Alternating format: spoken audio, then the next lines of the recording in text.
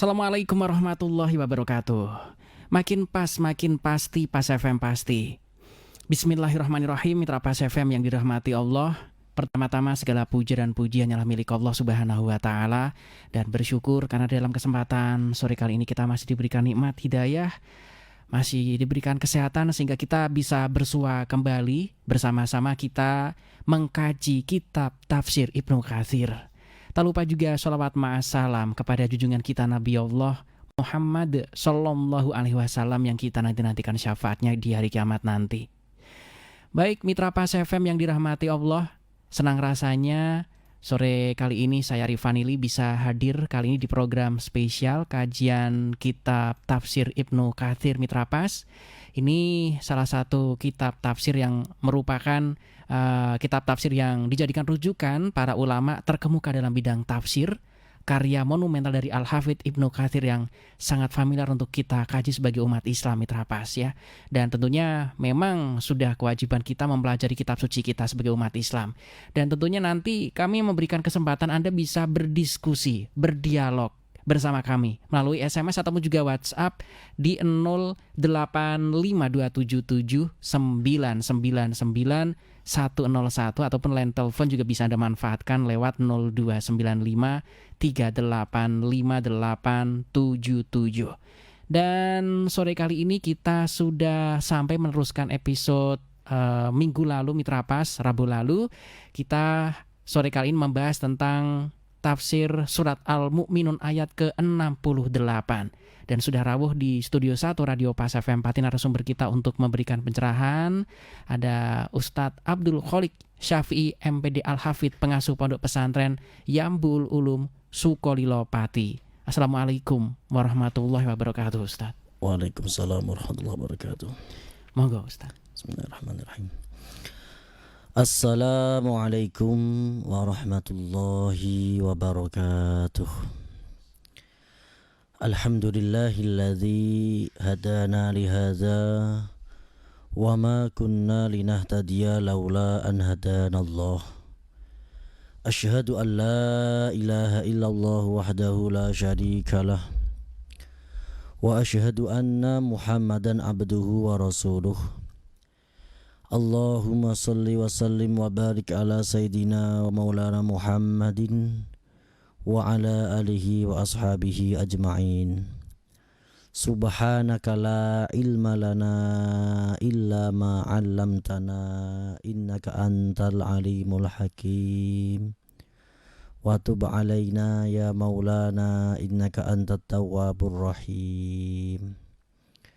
Rabbi shrah li sadri wa yassir li amri wahlul 'uqdatam min lisani yafqahu qawli amin. Amma ba'd. Mitra Pas FM dimanapun Anda berada yang dirahmati Allah, dan yang saya hormati sahabat saya Mas Ari yang selalu setia menemani kajian tafsir Ibnu Katsir. Kita berdoa dan berharap kepada Allah Subhanahu wa Ta'ala, semoga apa yang telah kita perjuangkan dalam rangka nasyrul ilmi, dalam rangka li'i'la'i kalimatillah, semoga Allah meridhai dan menganugerahkan keberkahannya kepada kita semua. Amin. Baiklah mitra Pas FM dimanapun Anda berada, kita lanjutkan kajian tafsir Ibnu Katsir surah Al-Mu'minun ayat ke-68. A'udzu billahi minasy syaithanir rajim. Bismillahirrahmanirrahim. Afalam yadabbarul qawla am ja'ahum ma lam ya'ti aba'ahumul awwalin. Am lam ya'rifu rasulahum fahum lahu munkirun. Am yaquluna bihi jinnatun bal ja'ahum bil haqqi wa aksaruhum lil haqqi karihun. Walau ittaba'al haqqu ahwa'ahum lafasadatis samawati wal ardu wa man fihin. bal atainahum bidzikrihim fahum an dzikrihim mu'ridun. Am tas'aluhum kharajan fa kharaju rabbika khair wa huwa khairur raziqin. Wa innaka latad'uuhum ila siratim mustaqim. Wa innal ladzina la yu'minuna bil akhirati anis sirati lanakibun. Walau rahimnahum wa kashafna ma bihim min durril larajju fi tughyanihim ya'mahun. Bismillahirrahmanirrahim. Afalam yadabbaru, apa ta ora padha angen-angen sapa wong kafir Quraisy alqaula ing firmane Allah.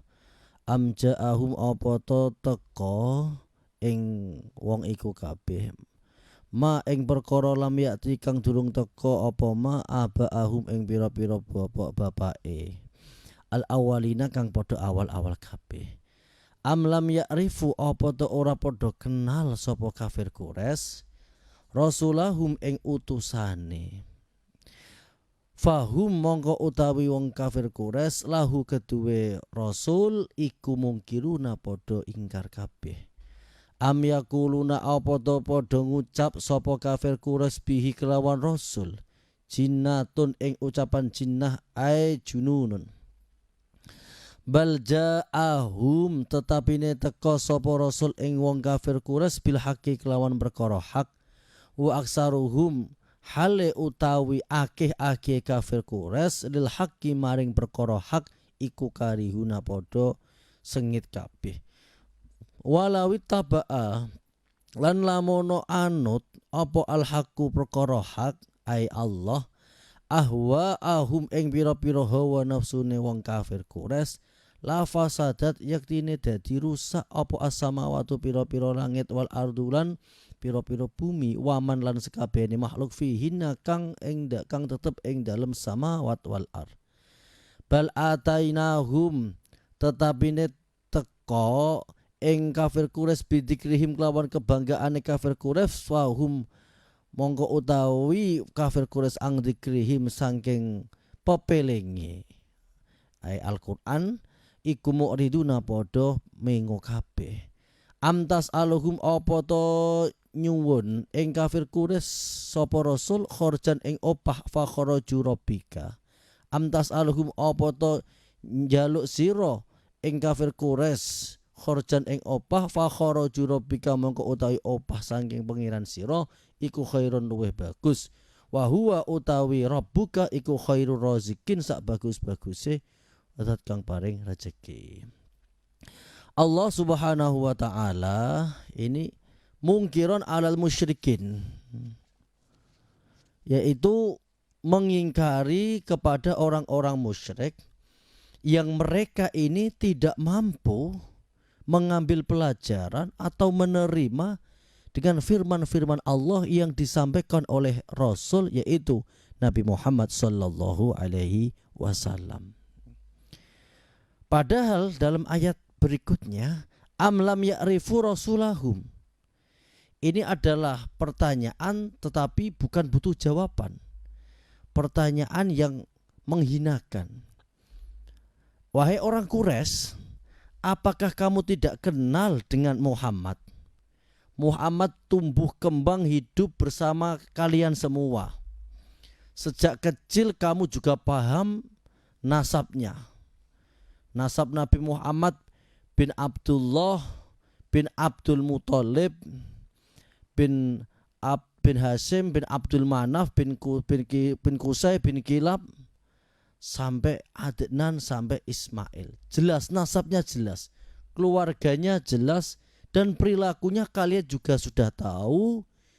Bahkan kalian memberikan gelar kepada Muhammad sejak mulai kecil, sejak remaja dengan Al-Amin.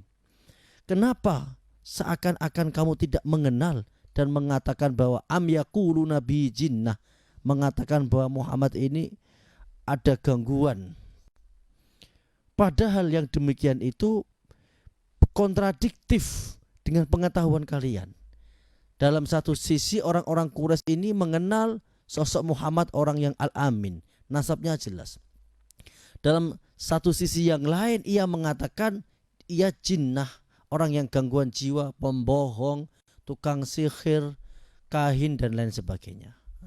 Tentu ucapan-ucapan orang kafir Quraisy ini ucapan-ucapan yang tidak bisa diterima secara nalar.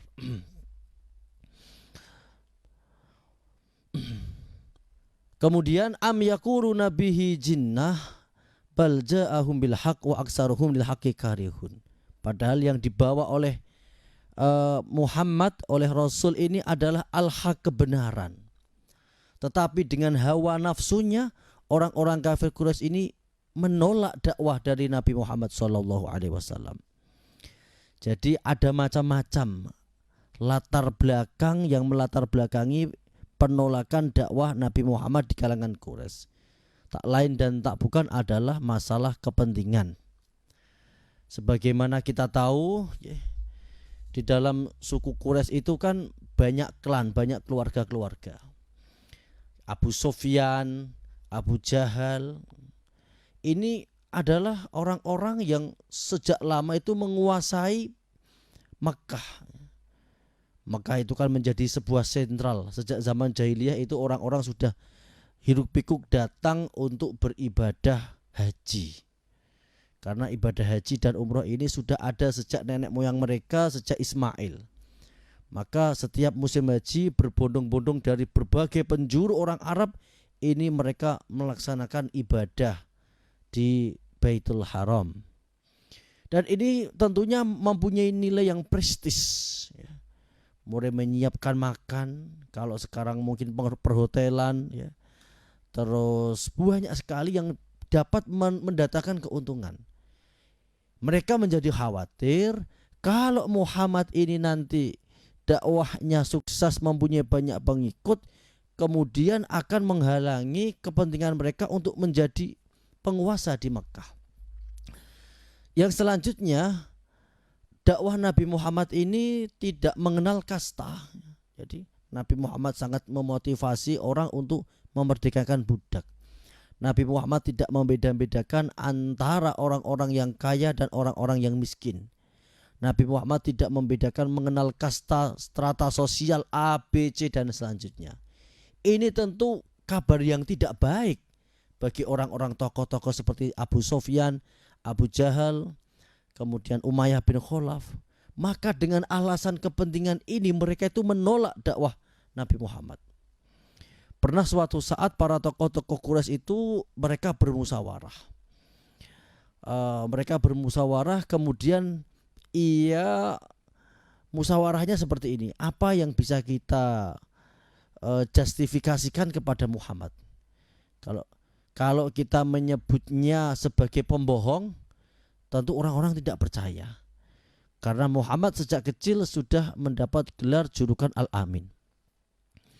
Kalau kita sebut dia ini sebagai orang yang gila, tentu orang juga tidak akan percaya. Karena dia ini orang yang sangat cerdas sejak kecilnya. Terus bagaimana ini? Bingung semua ini. Kemudian akhirnya salah satu di antara mereka itu hampir pusing menentukan kira-kira apa celaan yang cocok untuk mengolok-ngolok Nabi Muhammad. Sehingga saking bingungnya mereka mengatakan ya udah kita sebut saja Muhammad sebagai sahir, tukang sihir. Maka isu tukang sihir ini dihembuskan dan orang tokoh-tokoh kafir Quraisy ini berpesan kepada seluruh orang-orang Quraisy dan orang-orang Arab, jangan dekat-dekat Muhammad, nanti terkena sihir. Maka Nabi Muhammad itu suatu saat pernah senang sekali. Nabi Muhammad itu ngendika seperti ini. Allah itu menempatkan saya dengan derajat yang tinggi, yaitu dengan memberikan nama Muhammad. Artinya Muhammad itu kan orang yang dipuji. Maka ketika orang-orang Quraisy yang benci kepada Muhammad seperti Abu Jahal, Abu Sufyan, ketika ia menyebut mencari Nabi Muhammad itu nanti akan kontradiktif dengan sebutannya. Muhammad itu kan artinya orang yang dipuji. Terus kemudian nanti ketika ia mencaci, mana Muhammad, berarti itu kan mana orang yang dipuji. Ketika ia mengolok-ngolok Nabi Muhammad dengan pembohong, Muhammad adalah pembohong. Berarti secara bahasa orang yang dipuji adalah pembohong. Ini tentu kontradiktif, sehingga orang-orang kafir Quraisy, pemuka-pemukanya itu bingung mau mengolok-ngolok, mau menjatuhkan Nabi Muhammad dari berbagai sisi, itu kebingungan.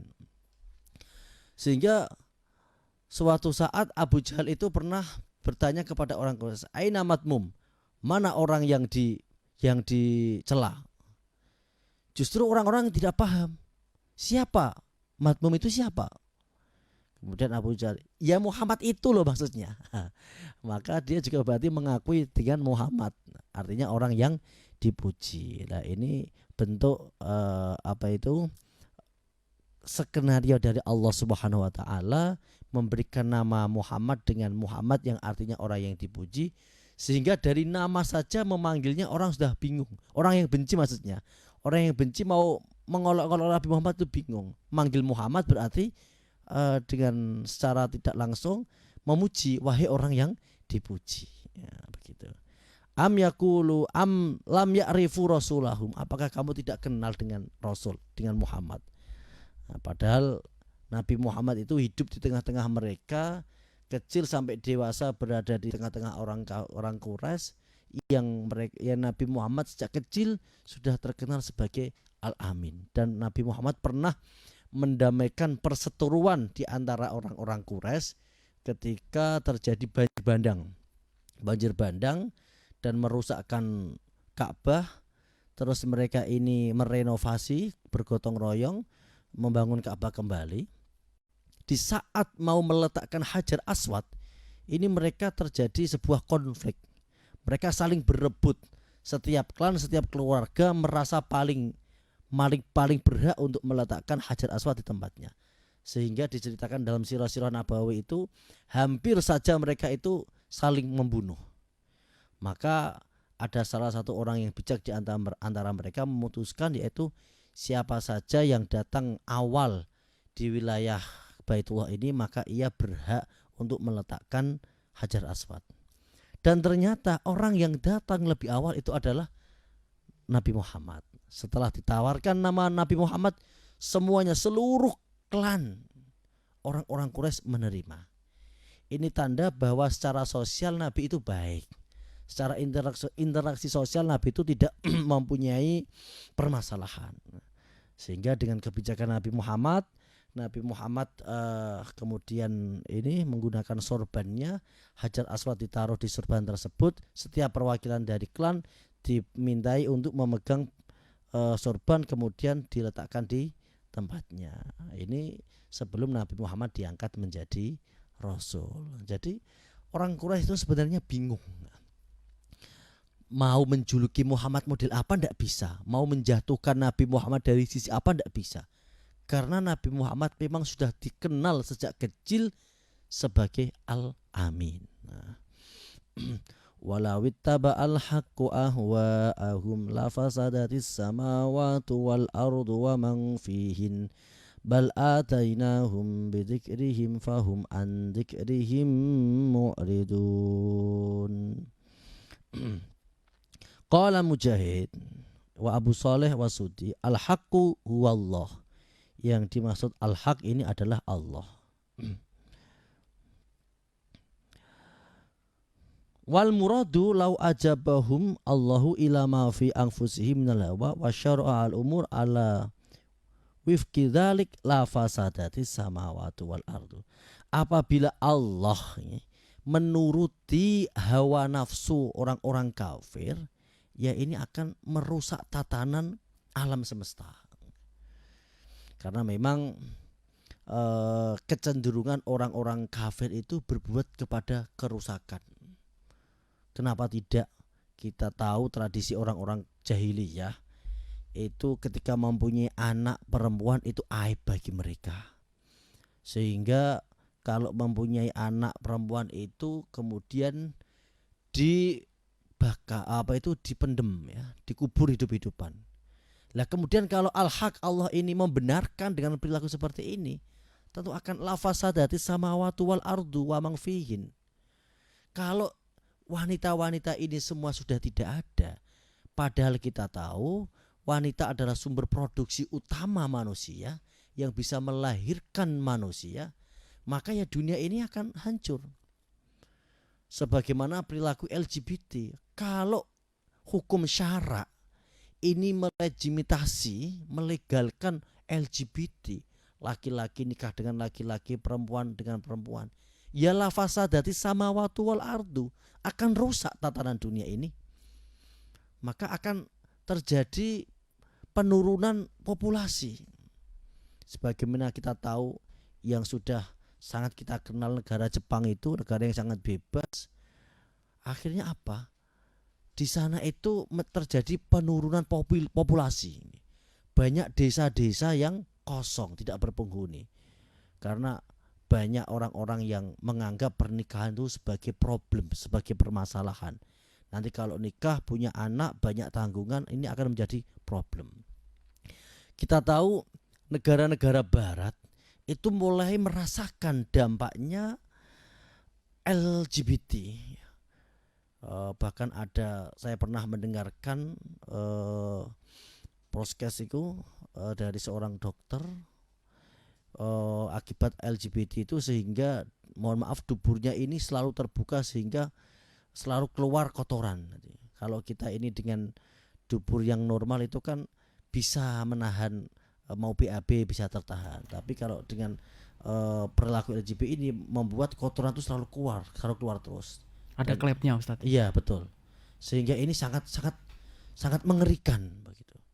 Terus dampak yang kedua itu tentu akan terjadi penurunan populasi. Sekarang orang-orang Eropa itu baru sadar mereka tidak menikah atau menikah dengan sesama jenis, akhirnya mereka tidak punya anak. Sedangkan orang-orang imigran dari Suriah ya, itu yang mereka dulunya itu diserang oleh negara-negara barat sehingga mereka itu banyak yang menjadi imigran pengungsi di Eropa, dan mereka ini selalu mengamalkan pernikahan ya. Selalu melakukan syariat nikah, punya anak. Akhirnya populasinya banyak. Kita tahu di Perancis itu berapa banyak keturunan Maroko, keturunan Aljazair. Bahkan ada pesepak bola legendaris ya, dari Perancis itu yang berdarah Aljazair. Dari di Belgia dan banyak negara-negara Eropa, bahkan di Inggris pun ada satu wali kota yang muslim.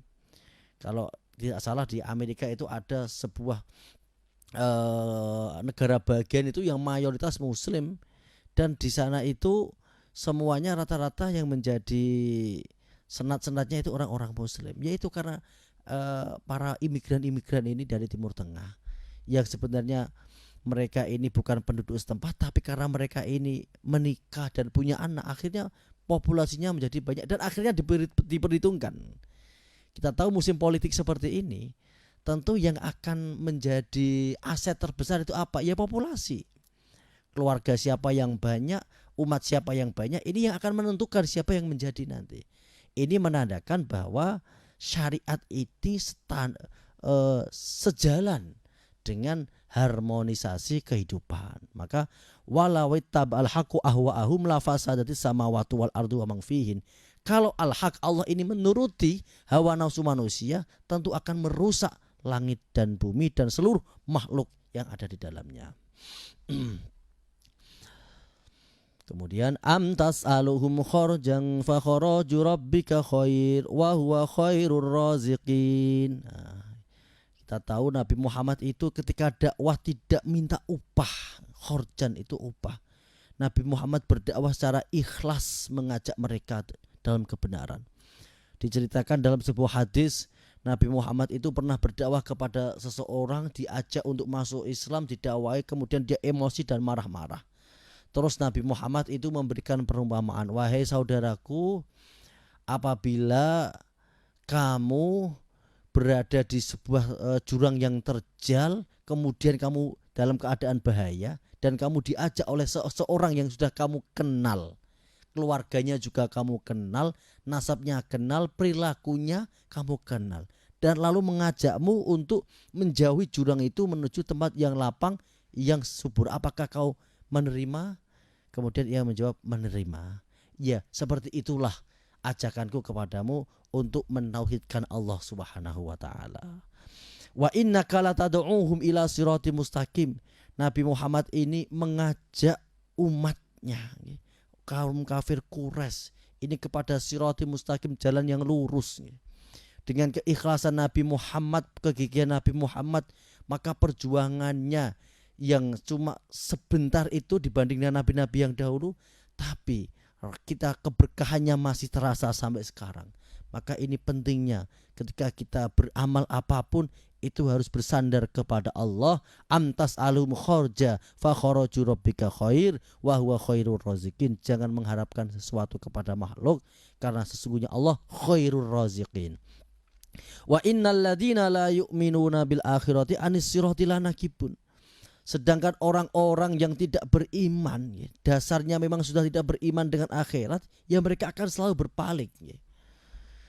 Alasan itu hanya alasan saja. Ketika kita mengajak orang, ayo kita ikut kajian, ayo kita ngaji, pasti dia akan alasan nggak diundang dan lain sebagainya. Misalkan toh diundang, ya dia nggak akan datang karena memang sudah dia tidak ada niat untuk kebaikan. Nah, ini maksud dari wa innal ladzina la yu'minuna bil akhirati anis sirati lanakibun. Orang yang tidak beriman dia itu akan menggunakan segala alasan untuk tidak mengikuti as-siratal mustaqim. Walau rahimnahum wa kashafna ma bihim min duril lalaju fi tughyanihim ya'mahun.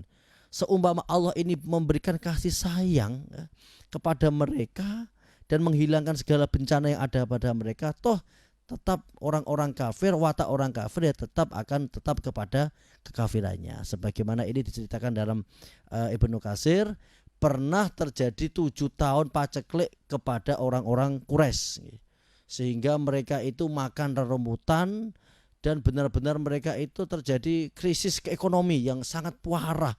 Banyak anak-anak yang menangis, sehingga Abi Sufyan itu datang kepada Nabi untuk meminta belas kasihan, dan akhirnya dikasihani oleh Nabi, didoakan lagi sehingga hilanglah paceklik itu. Setelah hilang paceklik itu, toh ya mereka juga tidak beriman. Nah, ini maksudnya seperti itu.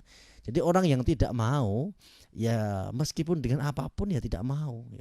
Maka ini pentingnya kita mengetahui bahwa hidayah itu murni hanya milik Allah Subhanahu wa taala. Demikian penjelasan ayat 68 sampai 75. Selanjutnya kita buka session dialog interaktif. Monggo.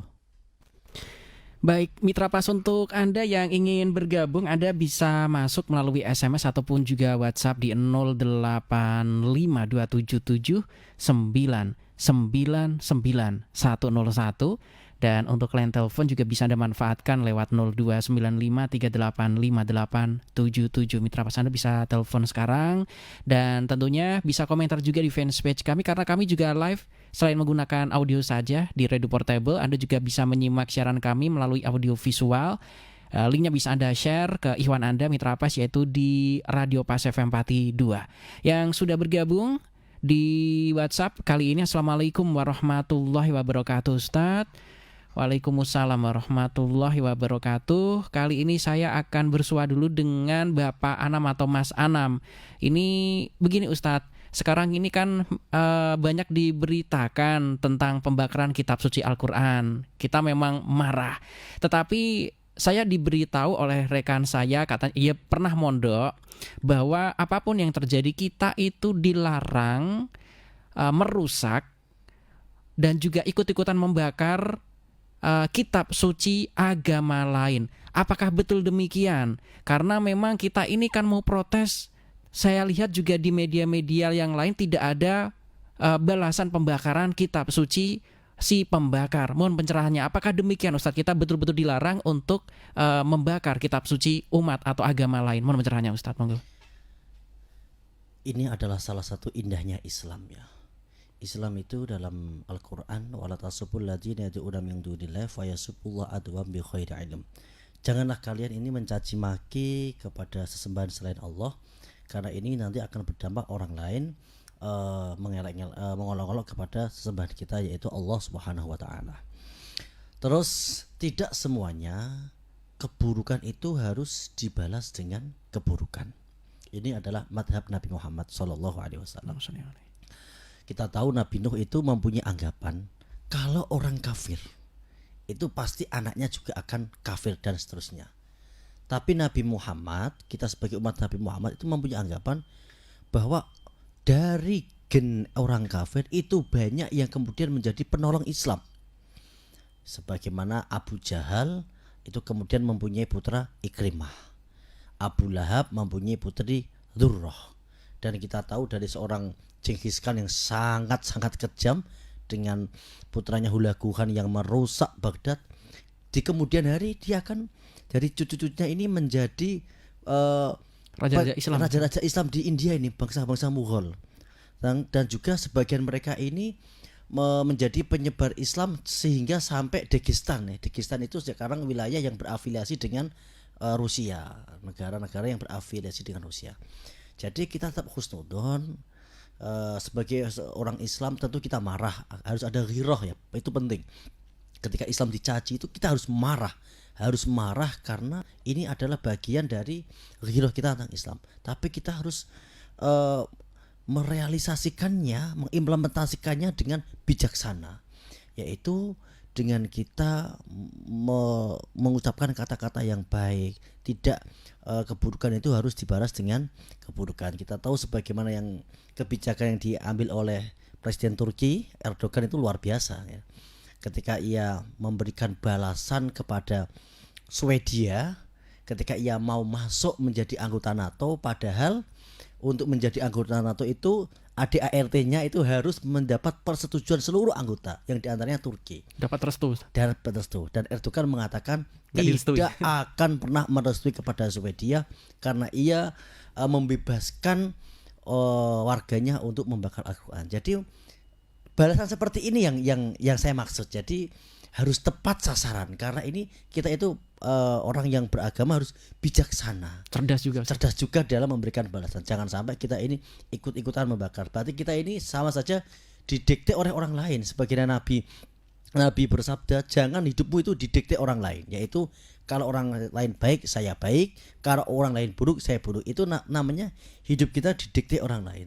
Tapi kita baik bukan karena orang lain tapi karena Allah Subhanahu wa taala. Demikian. Mungkin yang sana juga bingung kok gak balas-balas gitu. Bingung ini mungkin yang di sana. Mungkin belum tahu fikihnya atau belum pernah baca hadisnya. Oke, dan itulah ya Islam. Kita tidak boleh memang diharamkan untuk ikut-ikutan membakar kitab suci agama orang lain. Yang terakhir ini nyampe ke waktunya Ustadz. Satu ini dari Bapak Aji menanyakan Islam ini kan kebanyakan dilihat dari sosok Nabi Muhammad SAW. Ya, jadi masalah Ustadz, ini di luar sana media-media barat ini memelintir non sewu Kanjeng Nabi Muhammad ini ditulis di media-media tukang nikah lah, kemudian tukang nikah anak-anak yang belum cukup umur dan sebagainya.